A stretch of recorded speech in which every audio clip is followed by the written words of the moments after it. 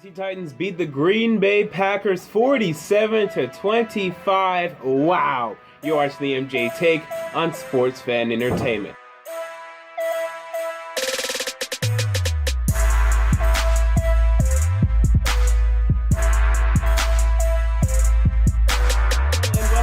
Take on Sports Fan Entertainment. Tennessee Titans get it done against the Green Bay Packers 47-25. And wow, for a guy that before this game had gotten 7 or 8 straight Titans game correctly, this is something that I did not see coming. The Tennessee Titans got it done big time against the Green Bay Packers. First, let me quickly discuss the Packers' point of view on this. Number one, your secondary stinks. Okay, it is god-awful. It is just terrible. And even the talented players like Clinton Dix, who, yes, had a couple plays today and has had a couple plays this season. He's playing timid. He's not playing up to his capabilities, to his potential, to his abilities. They're banged up. They have some guys playing in there that normally wouldn't be in there. But this secondary is just awful. When Tajay Sharp and Rashard Matthews are ripping you apart for yardage, your secondary stinks, and this secondary stinks. So that's the number one problem when it comes to the Green Bay Packers. Number two, offensively. Actually, today, I didn't think the offense was that bad at all. In fact, I thought it was pretty good. Now, some of you guys are going to point to Aaron Rodgers' interceptions and say, look at these interceptions. Aaron Rodgers did not play well. If you actually watch the game, first of all, one of the interceptions, the first interception was thrown on a Hail Mary at the end of the half, so no one cares about that. Shut up. Number two, if you look at the other interceptions, one of them was on, I believe, 4th down or 3rd and 18 or something like that. He was just trying to make a play. The play wasn't there. He got picked off. I don't think Aaron Rodgers played bad today. In fact, I thought he played really well today to even give the Packers a chance to win this football game. But the problem is when you're down 35-10, everyone knows you're going to throw the football. You become predictable, and you start to get into these long yardage situations. You have to go for it on 4th down, on every single 4th down. You become predictable. They couldn't battle that. When you're down 35-10, you're just screwed. So I think the number one fault has to be on this Green Bay Packers secondary, which proved to be god-awful today. Just terrible. And they still can't run the football consistently. James Starks did have some nice carries today, but they just couldn't run it because they're already down by the time they wanted to run it. This whole team, they're not making the playoffs. The Green Bay Packers, they're not making the playoffs this year. This is not their year. They need to fire, F-I-R-E, fire Mike McCarthy. And I said before the season, guess who I have getting fired? Mike McCarthy. So I believe I had this.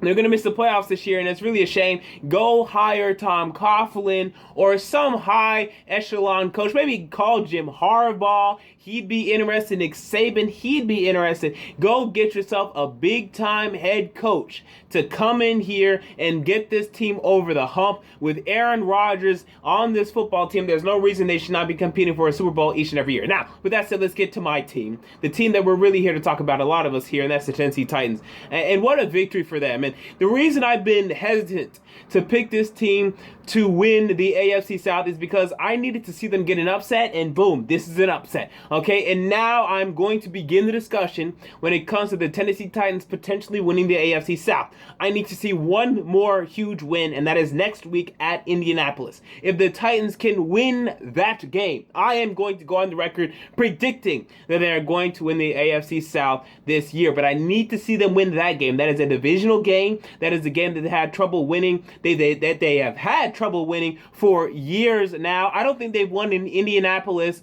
for years. I mean, I think it must be like 2008 or 2009. I know they've beaten the Colts. They beat the Colts 2011, but that was in Tennessee. I mean, they haven't beaten the Colts in Indy in years. So I need to see it happen before I can just say that it's going to happen. I'm going to predict it probably in my upcoming picks video just because I do believe they're going to win, but I need to see it first before I say they're going to win the entire AFC South. But, the Texans, they won today against the Jaguars, and they weren't that impressive impressive, though. Brock Osweiler's stat line was still just awful. They still can't move the football consistently. They incessantly tried to run the football with Alfred Blue, who sucks. I don't know why they love running the football with Alfred Blue. In fact, if I were on the team, if I was the GM of the team, he's not even on our team. I think Alfred Blue is one of the most overrated running backs in the NFL. I think he's bad. Anyway, when it comes to this game, this is why I tell y'all, can y'all shut up about Marcus Mariota? This nigga is the least of our problems, dog. He's the least of our problems. This guy is absolutely sensational. 4 touchdowns today.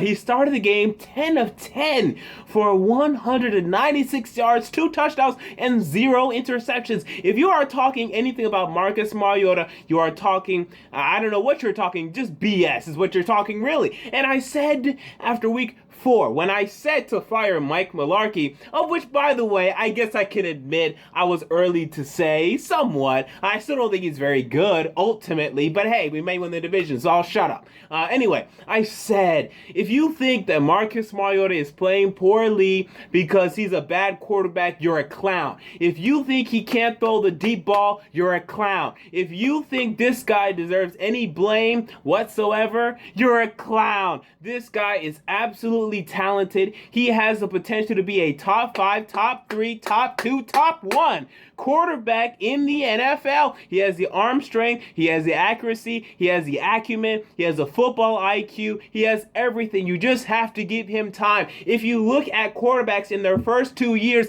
he's a top 5 second-year quarterback of all time. He is behind maybe Russell Wilson, maybe Andrew Luck, maybe Ben Roethlisberger, and then that is it. From there, it is very debatable, and I could even make an argument he's above those guys that I just mentioned because he is not on a team like any of those guys had, and he's still carrying this team to potentially competing for this division. This guy is incredible, and if you ever doubt that, you're nothing more than a clown. Honestly, you're a clown. Okay, so shut up.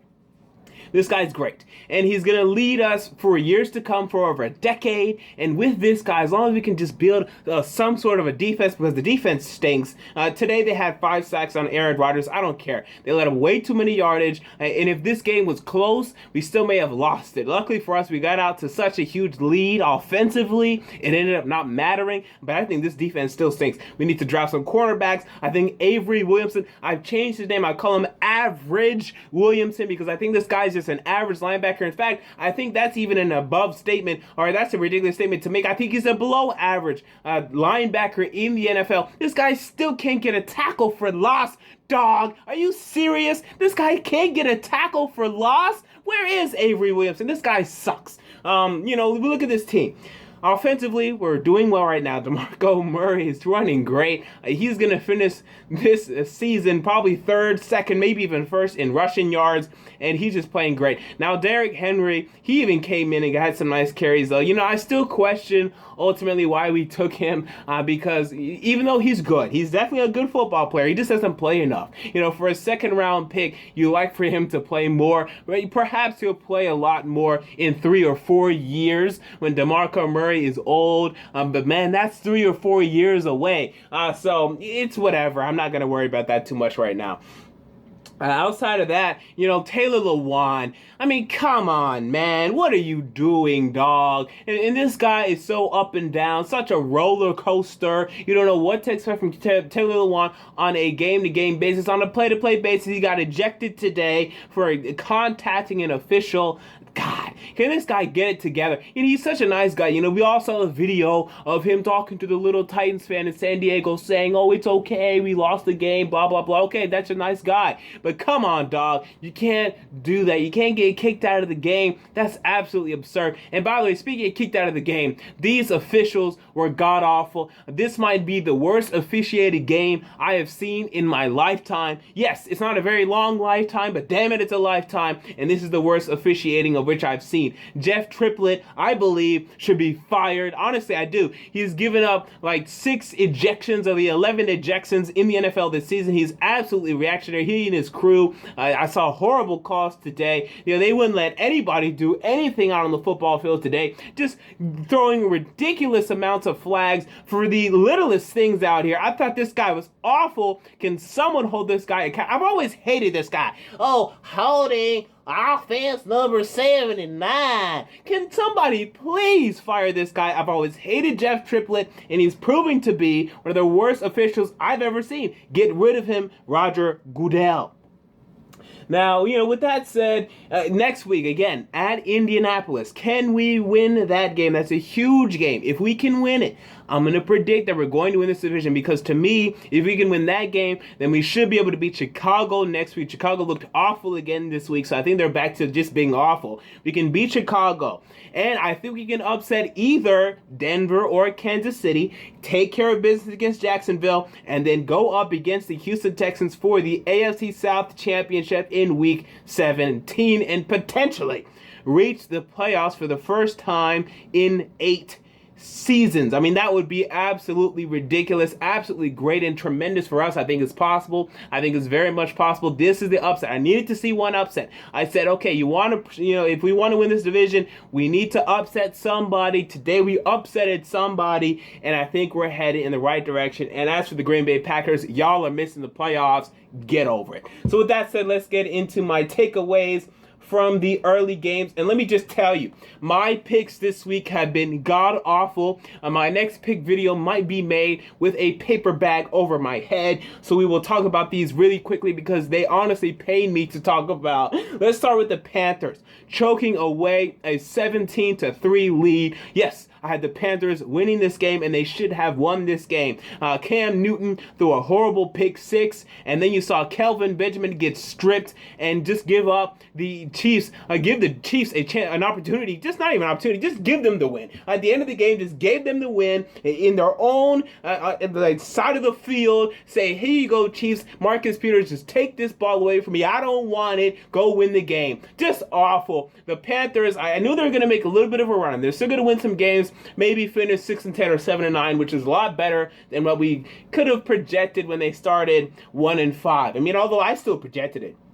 But they're not good enough to go all the way to the playoffs. They're still not good enough. And this Chiefs team, they're good. I know Chiefs fans are upset with me because I pick against them from time to time. Like this week I did. Look, this win was fraudulent. You know it was. Come on, dog. You got a pick 6 and you got, a nice little fumble strip. And it's nice, but you can't win games like this. Ask the Minnesota Vikings. They tried to win games like this and then they flamed out. They've completely flamed out. And with that said, let's move on to the Vikings, who are proving to be the team that I thought they would be. I'm not going to hear anything from any Vikings fans for weeks, months, years, hopefully never again, because this is exactly what I tried to tell you. First of all, Sam Bradford, who actually isn't bad. You're right. He's not bad. But is he going to lead you down the field when you need him to at the end of the game? Nope. Because I saw him on 2nd and 10, or maybe it was 3rd and 10, at the end of the game with 40 seconds left. Stand in the pocket like a statue, like the Statue of Liberty over there in New York. Just sit there. Nobody's going to come after. Oh, wait, I'm sacked. Are you kidding me? I mean, dude, of course somebody's going to come sack you. I don't know what he was thinking. I don't know what he was doing. And then he got sacked the play after that, and that one wasn't his fault. Yes, that one wasn't his fault. But the one before that, yeah, that was his fault. He's standing in the pocket like a damn statue, and he gets sacked. And that's his problem. He can't move his feet in the pocket. He can't get out of the pocket. He's not very good, and he's proving to not be very good. And now this Vikings team is in danger of missing the playoffs, of losing the division, and you will look back, as I said before the season, you will look back and you will say, why did we trade for Sam Bradford? It took 9 weeks, but damn it, I am finally being vindicated on this. Yes, sir. And I got this game wrong because for some reason I picked Sam Bradford to win this game. Shame on me. Let's move on. Eagles upset the Atlanta Falcons. And, for the Eagles, In fact, actually, let's go back. Actually, I know some Redskins fans are gonna want to hear more than that than just me hating on Sam Bradford. For the Redskins, this is a good victory for them. I still have troubles with their schedule. Their schedule is just brutal. And especially this NFC East, everyone's good. What kind of division is this? This is the NFC East. Everything's chasing the NFC East. We have new quarterbacks like Dak Prescott and Carson Wentz, and everyone's good. What kind of NFC East is this? But it's an interesting NFC East. There's going to be 2 playoff teams out of this division, and one of them is going to miss the playoffs, probably being at least 500, maybe above 500. Things getting interesting, but for the rest, this is a good victory, but I still think your schedule is just a little too tough, and that tie with Cincinnati might come back to pinch you right in the ass. All right, so with that said, let's move on to the Philadelphia Eagles, upsetting, to me, an upset, the Atlanta Falcons. Look, the Eagles are great at home. I think it's been proven at this point. They upset the Vikings at home, they upset the Steelers at home, and now they upset the Atlanta Falcons at home. So if the Eagles are at home, pick them to win. All right, I learned my lesson, damn it. The Eagles, man, they're just so interesting to me, this team. They're not very good offensively. They're not consistent enough, honestly. They don't move the football enough consistently. Their wide receivers like to drop anything and almost everything. But Carson Wentz is still good, and he's still getting them in position to win games. It's up to the other team, the other players on the team to win the game, and today they did. For Atlanta, this is why you're not going to the Super Bowl, okay? Because you just can't be consistent enough. And, I'm not going to blame you too much. So it just seems like anyone that goes to Philly just loses. That's just the damn truth this season. That Philadelphia, man, it's just, hey, you're coming into Philly snatched like a Venus flytrap, and you're not winning there. So I won't blame you too much, but I think this is why you're not going to win the Super Bowl. Why you're not going to me, you might go to the NFC Championship game, actually. But why you're just not a true Super Bowl contender to me. But anyway, you can still fix some things and end up being that, but right now you're not. Let's move on to the Denver Broncos at the New Orleans Saints, and I might make an entire separate video on this because I think it's just so outrageous. The New Orleans Saints got absolutely screwed in this football game, as at the end of the game, they were going for the extra point to go ahead by 1 point. It was blocked, returned for a 2-point conversion by Will Parks, I believe is his name.